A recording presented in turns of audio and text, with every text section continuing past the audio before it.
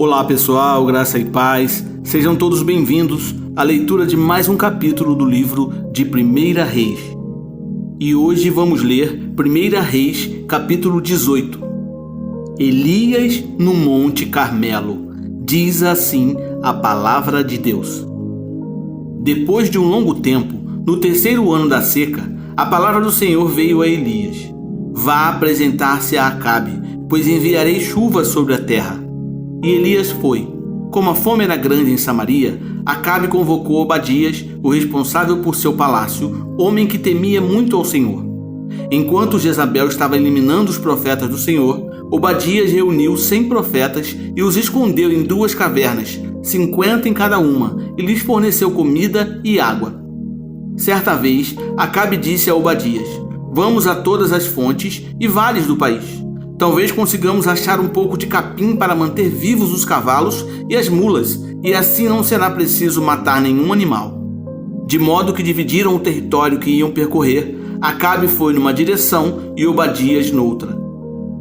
Quando Obadias estava a caminho, Elias o encontrou. Obadias o reconheceu, inclinou-se até o chão e perguntou: "És tu mesmo, meu senhor Elias?" "Sou", respondeu Elias. "Vá dizer ao seu senhor: Elias está aqui." "O que eu fiz de errado?" perguntou Obadias, "para que entregues o teu servo a Acabe para ser morto?" "Juro pelo nome do Senhor, o teu Deus, que não há uma só nação ou reino aonde o rei, meu senhor, não enviou alguém para procurar por ti. E sempre que uma nação ou reino afirmava que tu não estavas lá, ele os fazia jurar que não conseguiram encontrar-te. Mas agora me dizes para ir até o meu senhor e dizer-lhe: Elias está aqui. Não sei para onde o Espírito do Senhor poderá levar-te quando eu te deixar. Se eu for dizer a Acabe e ele não te encontrar, ele me matará. E eu, que sou teu servo, tenho adorado o Senhor desde a minha juventude. Por acaso não ouviste, meu senhor, o que eu fiz enquanto Jezabel estava matando os profetas do Senhor? Escondi 100 dos profetas do Senhor em 2 cavernas, 50 em cada uma, e os abasteci de comida e água. E agora me dizes para ir ao meu senhor e dizer-lhe: Elias está aqui. Ele vai me matar." E disse Elias: "Juro pelo nome do Senhor dos exércitos, a quem eu sirvo, que hoje eu me apresentarei a Acabe." Então Obadias dirigiu-se a Acabe e passou-lhe a informação, e Acabe foi ao encontro de Elias. Quando viu Elias, disse-lhe: "É você mesmo, perturbador de Israel?" "Não tenho perturbado Israel", Elias respondeu, "mas você e a família do seu pai têm. Vocês abandonaram os mandamentos do Senhor e seguiram os Baalins. Agora convoque todo o povo de Israel para encontrar-se comigo no Monte Carmelo, e traga os 450 profetas de Baal e os 400 profetas de Azerá, que comem à mesa de Jezabel." Acabe convocou então todo Israel e reuniu os profetas no Monte Carmelo. Elias dirigiu-se ao povo e disse: "Até quando vocês vão oscilar entre 2 opiniões? Se o Senhor é Deus, sigam-no, mas se Baal é Deus, sigam-no." O povo, porém, nada respondeu. Disse então Elias: "Eu sou o único que restou dos profetas do Senhor, mas Baal tem 450 profetas. Tragam 2 novilhos, escolham eles um e cortem-no em pedaços e o ponham sobre a lenha, mas não acendam fogo. Eu prepararei o outro novilho e o colocarei sobre a lenha, e também não acenderei fogo nela. Então vocês invocarão o nome do seu Deus, e eu invocarei o nome do Senhor.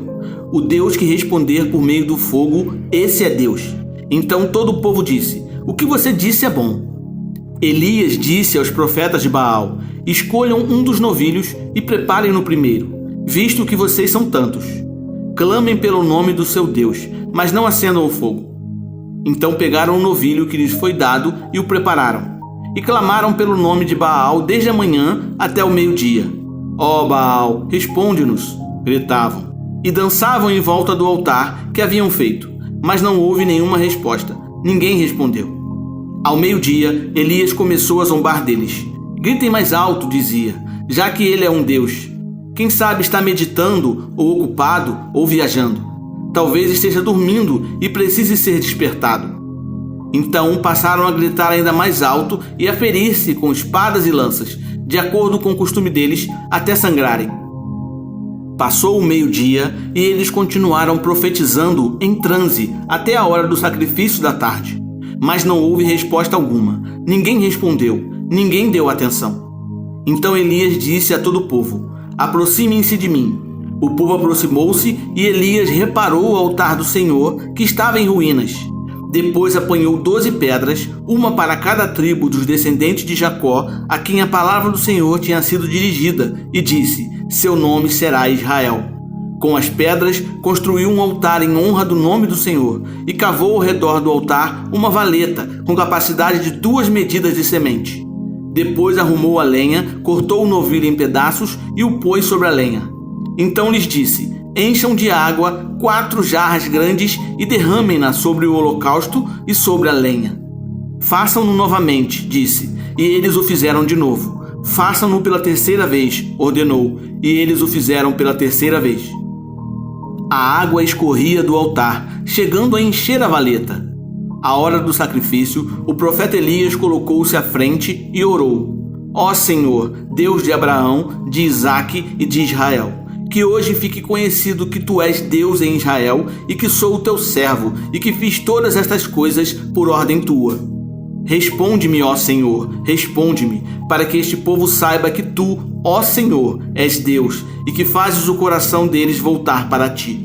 Então o fogo do Senhor caiu e queimou completamente o holocausto, a lenha, as pedras e o chão, e também secou totalmente a água na valeta.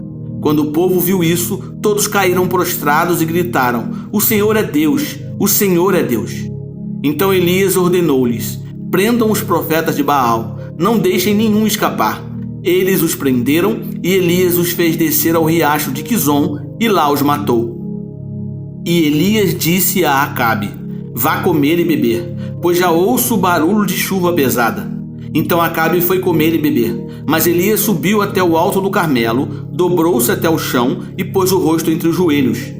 Vá e olhe na direção do mar, disse ao seu servo. E ele foi e olhou. Não há nada lá, disse ele. 7 vezes Elias mandou: volte para ver. Na 7ª vez, o servo disse: uma nuvem tão pequena quanto a mão de um homem está se levantando do mar. Então Elias disse: vá dizer a Acabe: prepare o seu carro e desça, antes que a chuva o impeça. Enquanto isso, nuvens escuras apareceram no céu, começou a ventar e começou a chover forte, e Acabe partiu de carro para Jezreel. O poder do Senhor veio sobre Elias, e este, prendendo a capa com um cinto, correu à frente de Acabe por todo o caminho até Jezreel.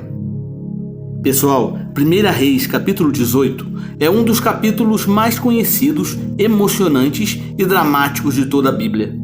O texto narra o famoso confronto entre o profeta Elias e os profetas de Baal no Monte Carmelo. Este capítulo é repleto de eventos extraordinários que demonstram o poder de Deus e a fidelidade do profeta Elias em meio à apostasia do povo de Israel. O capítulo começa com Elias sendo instruído por Deus a se apresentar diante do rei Acabe, que era o governante de Israel naquela época. Deus orienta Elias a anunciar ao rei que a seca estava prestes a terminar. Então, em dado momento, Elias desafia Acabe a reunir todo o povo de Israel e os profetas de Baal e Azerá no Monte Carmelo para determinar quem é o verdadeiro Deus, o Senhor ou Baal. No Monte Carmelo, Elias propõe um teste de fogo. Os profetas de Baal deveriam invocar o fogo ao seu Deus para consumir o sacrifício preparado sobre o altar, e ele faria o mesmo pedido ao Deus de Abraão.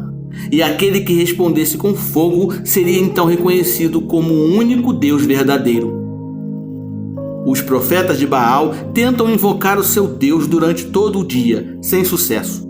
Então Elias reconstrói o altar do Senhor, coloca o sacrifício sobre ele e pede que seja molhado com água, deixando tudo ainda mais desafiador para o Deus de Abraão. E não podia ser diferente. Deus responde de maneira espetacular, enviando o fogo do céu que consome o sacrifício, a água e até mesmo a própria pedra do altar. O povo de Israel, vendo esse milagre, proclama em alta voz: o Senhor é Deus, o Senhor é Deus. Após esse magnífico triunfo, Elias ordena que os profetas de Baal sejam mortos. E logo depois disso, ele sobe ao topo do Monte Carmelo para orar pela chuva. Aqui vemos mais um relato especial. Elias envia seu servo para verificar se há alguma nuvem no céu. E após várias tentativas, uma pequena nuvem surge no horizonte, anunciando a chuva abundante que viria. Elias profetizou e creu plenamente nas palavras de Deus. Isso é fé. Este capítulo nos ensina lições poderosas sobre a soberania de Deus, sua capacidade de responder às orações e a importância de permanecermos fiéis a Ele, mesmo em tempos de apostasia e falta de fé das pessoas. Mostra também como Deus é capaz de demonstrar seu poder de maneiras surpreendentes e extraordinárias para revelar sua glória e fazer sua vontade prevalecer.